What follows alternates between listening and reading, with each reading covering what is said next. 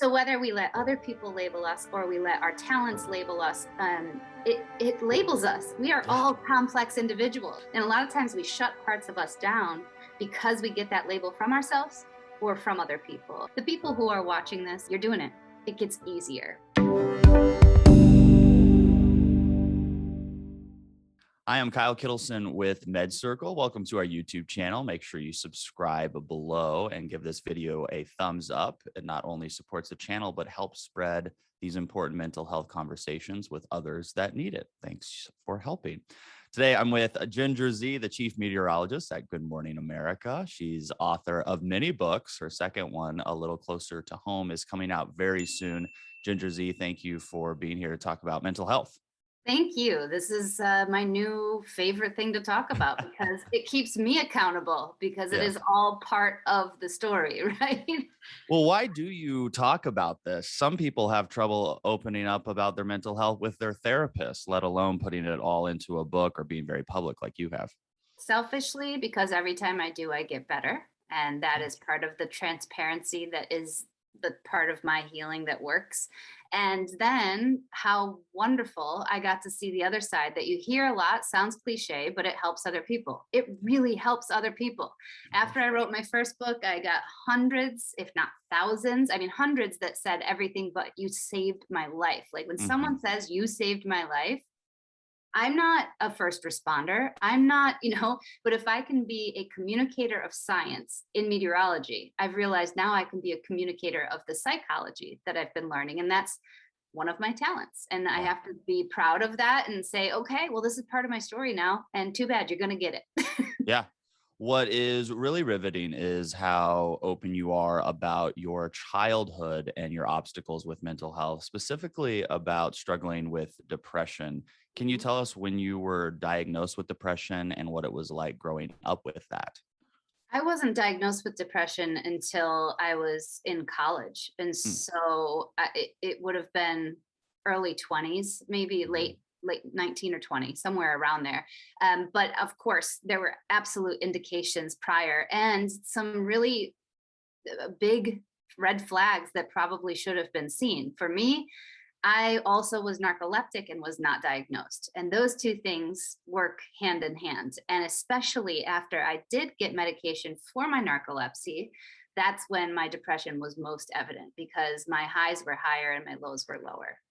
And that Got it. was that. So in a way, narcolepsy, I don't know that it saved me, but it kind of highlighted what needed to be shown off. It took the red flags and like stuck them in your face. And so that was a good part of it. And then to be able to figure out how to live with both of those things and see how much they interact and what part was narcolepsy and what part wasn't.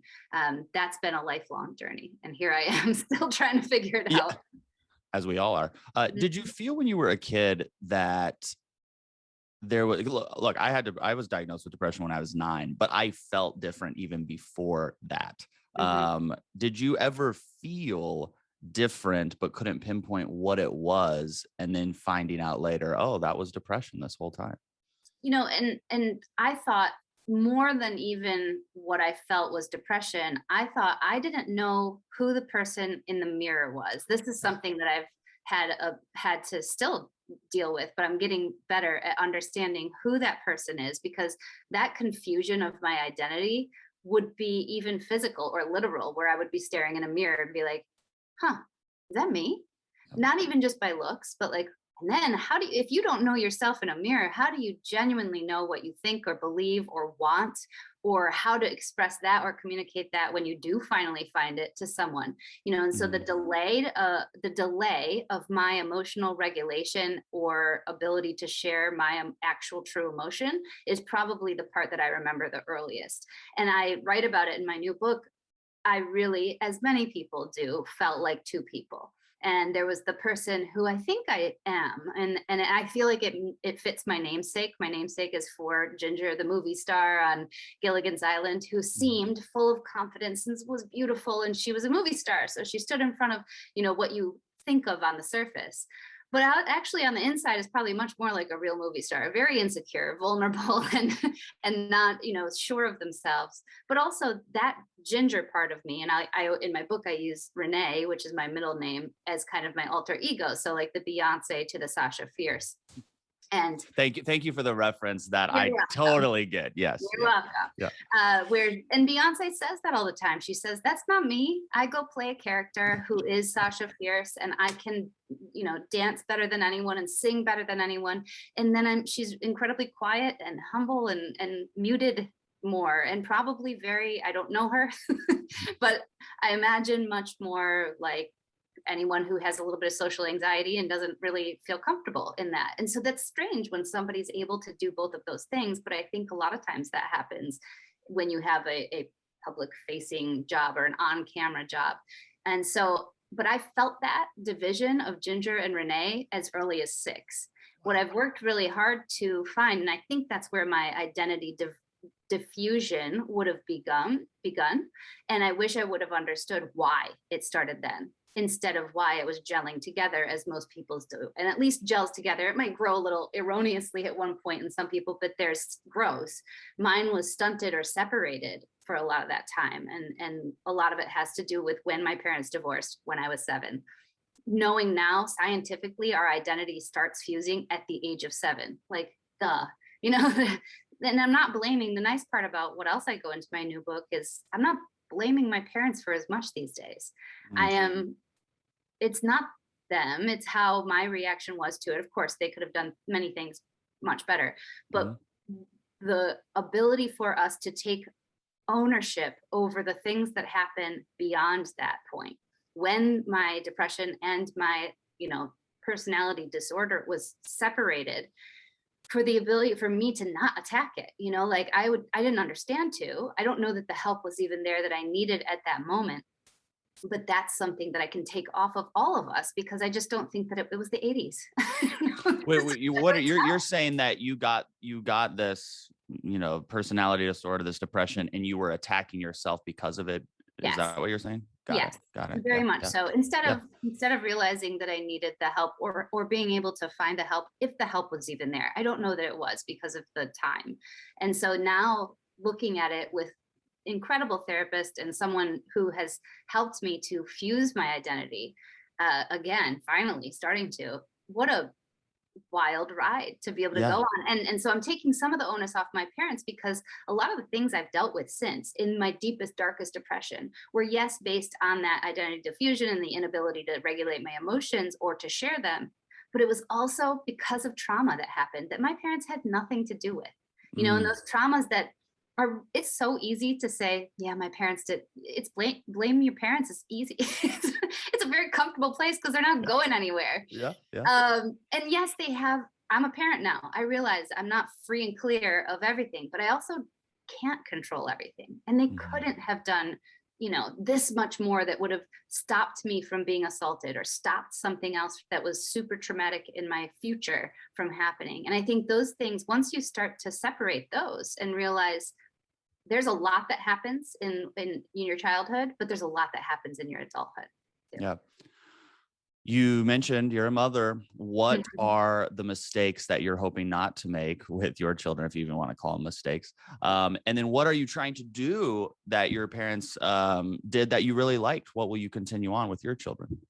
We talk a lot about this, my husband and I, because the last thing we want is to repeat the cycle of the past. And for both of us, that came with one parent who floods with emotion in different ways. Another parent who I have one parent who it's not a flood, it's like a drought, right? With emotion. And so how do we communicate correctly, especially when we have a fight, right? And we don't like to use the word a fight, but people fight. I don't like to. This is something as parents we're working on, because I don't think volume's necessary. My mother was an absolute volcano, and you never knew when she was going to erupt. And that puts a child in a very sensitive place. And her and I have been talking about this, because my other sister used the word abuse, verbal or emotional abuse. And my mom will not take that as a description of what we grew up in. And I think she's right in that it was never pointed, But I tried to explain to her, because I was talking to her while I was on assignment in Lake Tahoe, and I'm looking at this big lake. I said, Mom, if I went out and dumped a bunch of gas into that lake and there was a fish in there, but I didn't dump it on the fish, but I dumped it around the fish. Don't you think I have poisoned or made toxic the atmosphere around? And she was like, yes. And so have I abused the fish? And she was like, not directly. I'm like, okay, because she knew that I was trying to make the analogy, but I do think that that's something that I'm very cognizant of. What is toxic? And then my husband will say on the other end, well, I don't want them to go into the world and not be able to handle anybody when they raise their voice. And he makes a good point, because he came from the other end where you over communicate, and even if you're yelling, he can take it, step away, and realize that person's not yelling at me. That's their deal. He's very good at that, where I'm not. Right. So that's what we talk about a lot, especially in how to raise them. And then I think the labeling is the other thing that I every single day try not to do. It's so hard because they are born the way they're born. Yeah. And between you and me, and because hopefully he won't hear this for 10 years or something, my oldest is the sensitive, empathetic, perfectionist from the start. And my second one is like, what? I want to be him when I grow up. Like, he's all, whatever, I don't care. Whatever you want, lady. Or he wakes up kind of with more of even like how am I going to mess with these people today? And so there's the outward and the inward, and you see that. But I am trying my best, especially in their presence, not to label them, because those labels stick. We're already living. And what do you mean label them? Label them to them or around them, or around them, to them? Those words that we use feed their identity. They don't know what their identity is until they figure out their identity. So why would we be giving them the words that they should use? And I use my brother and myself as an example. My brother was not as good in school, but he was great at art. Why do I think that? Was it because he really wasn't good in school in the beginning, or was it because he got a couple of bad grades and then it was like, oh, and Sean draws and really that was his deal. Yeah. And that was his deal. So whether we let other people label us or we let our talents label us, it labels us. We are all complex individuals. Like, maybe I didn't start drawing as well as him, but what if I would have fostered that a little bit? What if I would have put some energy into it because I loved it? And a lot of times we shut parts of us down because we get that label from ourselves or from other people. And I'm really wanting to not give that. So like, can't tell them what they are and are not. Okay, let's work through an example. I love this. We have a lot of parent viewers. This is a fabulous topic. So let's say your child rocks it out at the soccer game. I mean, nails it, scores the most goals. I don't know anything about sports, blocks the most goals, does the best. And I, as a parent, I'm not a parent, but I feel like I would go, oh my gosh, you were so good at soccer. You were the most talented one. I mean, seriously, you were like the best one on the field. That would be a label on them. What's your response? What do you think? I think that's very natural, and they do need support, of course. But then when they have, and maybe that encourages them to go play another soccer game and another soccer game, and it's wonderful. And I think soccer is a great sport, and I would love for him to play it. I worried that if he's trying a musical theater class right now, and he had, out of 3 classes, he's had one that wasn't so great. And after that one, he said, I couldn't get it. I couldn't do it. And if I were to say, okay, well, maybe this isn't your thing, or maybe, like giving in too easily is almost the biggest culprit. I think supporting them and saying you're great, maybe not best, because that compares to others as like, you're Mia Hamm. That's the last time I watched soccer. I think that was like 30 years ago. But maybe it's the energy to support, but never divert. Until now, I will say this: nobody wants another American Idol contestant in the beginning first 2 episodes where they're just terrible singers, but yet everybody's told them they're great. Right. I don't think that we go around and have to support to a fault. I mean, that's not helpful to anyone, because then you end up with your kid on American Idol and everyone's laughing, and that's not necessary. Like that. But I do think that we need to stay away from, when we introduce them, Adrian just played the best soccer game. He is such a great soccer player. Like, that's like asking a 5-year-old what they want to be when they grow up. How the hell do they know? Yeah, you're right. You're right. I so get that. Instead, it's like, and Adrian's a really good friend to Alexander, or Adrian's a wonderful, and that might be the better label, because it is really hard not to do. But the things that will only support them going forward in their identity fusion. Yeah, really fabulous. Before we started filming this, you mentioned that in your new book, there is discussions around psychedelics, a hot topic in the mental health space. I'm sure people will be really excited to know what your thoughts are on the topic. I've been reading Michael Pollan's recent book, and I've done a lot of research just on myself because I had one experience. I have not had a lot of experience with drugs in my life. And so it was kind of odd for me to do this. And what I did was in a very holistic with a shaman in Oklahoma, prior to even being here at ABC. And it was actually right before my hospitalization. And I think a big part of why I was ready, thinking back, especially after reading all of these accounts and seeing what it was, I needed a real breakthrough. I needed something to awaken something inside of me that my typical day-to-day psyche covers up and doesn't allow to be there.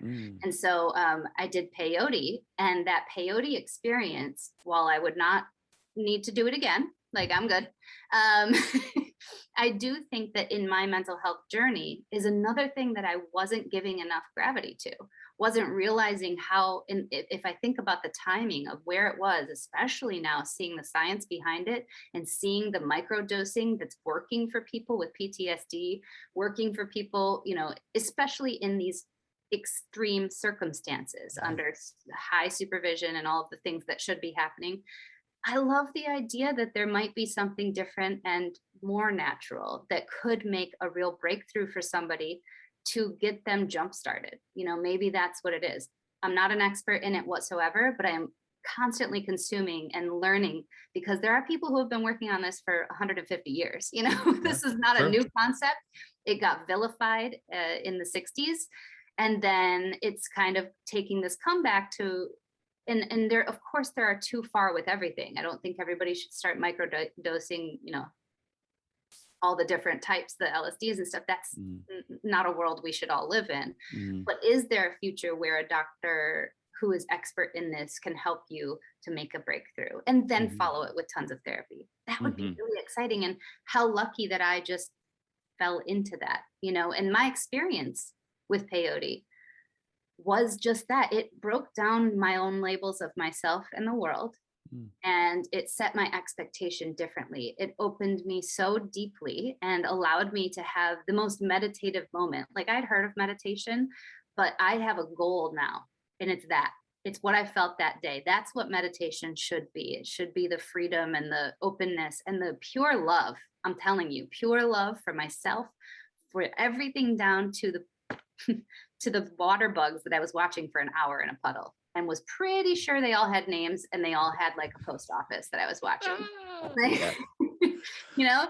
There's something there, but I think that the lessons I learned from that, I'd love to see how they apply in extreme circumstances to help folks with mental health. Do you meditate? I do. Yeah. Have you ever used the Waking Up app or read any of Sam Harris's stuff? Mm-mm.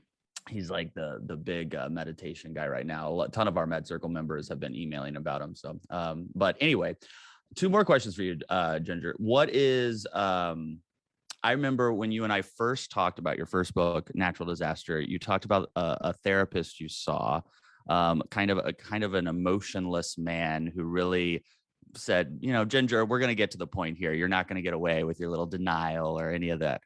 I love that type of therapy. I love when someone sits across from me and really holds up the mirror and says, no, we're going to have a serious conversation.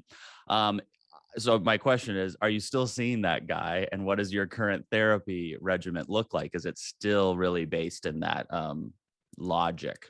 He's my guy. He's your guy. You still got him. That's awesome. Every Tuesday, right. When I can't, this is what I got better about during the pandemic. And one of those a pandemic promise that you make to yourself, because I was so consistent with the pandemic because I wasn't traveling. So I was able to keep our Tuesday appointment. I said to myself, I know things are going to get more wild once things open up, and they have.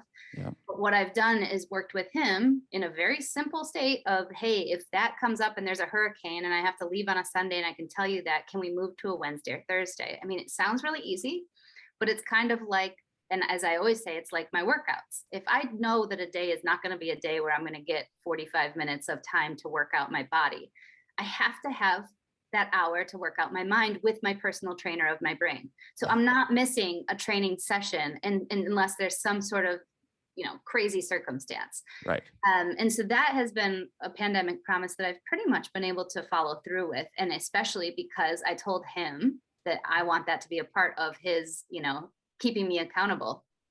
Yeah. That there are certainly weeks where I'm like, what else went wrong? And then I realized, like, I don't have to just tell him things that went wrong. I do save those up for that moment, but like, That I is could also, so true. I yeah, remember walking into my psychiatrist's office and go, okay, and I can tell him this bad thing and I can tell him this bad yes. thing. It's like I have my list of grievances for my guy. Yeah, Mhm. exactly. Yeah, And it can be good stuff. it can be good things and it can be things. And this is where that reinforcing the positive of the healing works. So I will tell him, hey, do you know what I did? I felt the other day. And then I told somebody that I felt. And then I let that emotion keep rolling into the next thing. And then I stopped feeling about that because it was not a useful energy anymore. And so I will give him kind of like my pride moments. You know how people say make a gratitude journal? Like it's the gratitude for myself in that. Yeah. So Yeah. it's the proof of, of course there's plenty of things. And I definitely take extra time if there's a rough week at work or some coworker did something and I'm like, what about this? Mhm. And then his newest way of being accountable to me is he's like, how many times are you going to tell me the same story with different people? And I'm like, right. And he's right. That is a good line. How Yeah. many times are you going to tell me that same story with different people? I got about 10 people I could go say that line to right now. That is Yeah. so good. Wow. And then, it used to be that I did that in romantic relationships. That's where everyone does it. But I've been doing it in work relationships. And then that opens me up to be like, crap, I need to work on that part of myself. And so, I think it makes me a better partner. It makes me a better worker and it makes me a better mom because then I apply those things like don't develop these relationships with your kids. Don't do those same things. Yeah. Don't do it. Yeah. And you're modeling relationships too for kids or anybody really. I would not want them to be modeled after what I'm showing them for my work right now. Like that is not healthy. Yeah. Right now. Okay. So for the advice for people who are watching this and they go, well, this is really nice that Ginger Z has gone to therapy. She has a therapist every week. She's written 2 books, it must be nice to have done all this work and made all this progress, but I am on step 1. I can't even imagine being where it appears that you are today. What do you tell that person who's taking their first step on their mental health journey? I mean, I would start with negative news because I think when I was in that place, I'd want to hear this is that it doesn't mean it's gone. It doesn't mean that I wake up tomorrow and everything is hunky-dory again. The hard work, much like physical health, it's like you don't go to the gym for a year, 10 years like I have, and then you're just in sick shape and you can stop going forever. I mean, you're never going to stop working. So that's like the long game and doesn't sound very positive, except it gets easier with every single day you take that first step. It's not the first step anymore. And you can't look at it like that. I've been in correspondence with a young woman on direct message on Instagram. I don't know her. She read my book and her and I connected. And I got to tell you, she's part of my team at this point. I have just had this relationship develop and she is much behind, if you want to call it that, in her journey to a healthy place, both with addiction. We've had different, no, she was in an abusive relationship. She's had a really different journey, but a lot of parallels that we can do. And what we've become is this strange positive of social media is kind of like these pen pals of mental health. And so she is a neutral, again, I don't even know. No, I did meet her actually once now, just a couple of months ago. It could be anybody, but this relationship that's developed, I've been able to see her and see that your team doesn't have to include just the people around you. Yeah. And it doesn't have to just be that first day. She says all the time, and she'll be very honest with me, which is fascinating. She'll say, I had a drink last night. I can't believe I did it. I didn't, and then I'll say, well, today's a new day, right? Like I'm not a professional. She has a therapist, she has everybody. But now I find myself both accountable to her and to myself more because I have this Mhm. person. So that's what Yeah. I would say is that find more than just your team, find as many people as you can and share, Yeah. get out there and take that first step every day with somebody else, with Yeah. more people. Share it. Y'all, Mental Health Month is May every year, and this May I interviewed a ton of patients, survivors in mental health. All of them said, "Kyle, yes, medication's great, therapists great, education's great, relationships are important, blah blah blah, or understanding your past relationships are important, but the number one thing, who is in your community today, who is Yeah. your support system today." And it's so odd, you hear and go, yeah, that makes sense, but unless you're prioritizing it as much as your Tuesday therapy appointment, then Yeah. you may not be reaping all the benefits. I think that's a I fabulous mean, she reminder. woke up this morning and she said, I got 7 hours of sleep. I'm so proud because that we've been really talking about the power of sleep and that Ugh, foundational thing, which again, we can all say, and it sounds very nice that you yeah, can get 7 hours of sleep. No, yeah, you have control over this. In almost yes, every there you go. person's life, you have control over how much sleep. Yeah, And so you can't just be all crappy about it and be like, yeah, but I'll feel better tomorrow. No, you won't because you didn't sleep. yeah, So no, you you're have right, yeah, it's a you're right. foundational piece. It's a puzzle piece that we are so easy to be flippant about and like proud of not getting. And it should be the opposite. And Yes. here, I got 7 hours of sleep last night. And you know what? I wear this Aura ring and it told me, and I am fortunate and privileged to have this, but now I can share it with anybody who doesn't.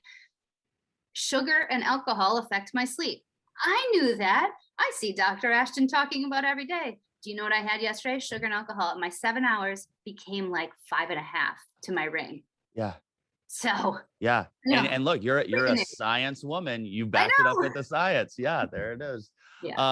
I can attest to the power of certainly your first book, Natural Disaster. We covered it on MedCircle. I had so many emails of people who read that book, or so many messages on social media who said, wow, wow, wow, wow. First of all, I had no idea that was Ginger's story. And second of all, I had no idea it was so much like mine.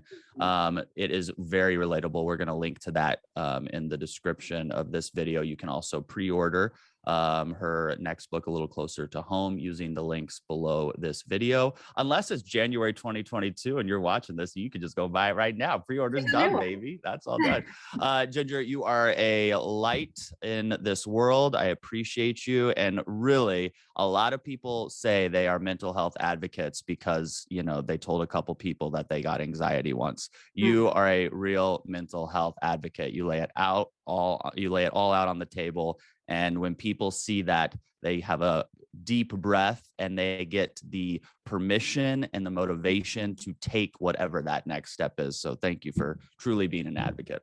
Well, thank you. I always appreciate the work you all are doing. And I think that answers a lot of folks. The people who are watching this and who watch this through are people who are curious and need help.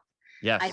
I think knowing too that there's a whole world of people who aren't there yet and who aren't ready, so that they will run into those folks, and you will. It's not about even just about having the stigma, but it's about the people who are still in pain and hurting and haven't even got to that place that you are. They haven't even started to take step one. So that Yeah. would be something else that I would say thank you to all of the people who are here still watching, because you're doing it.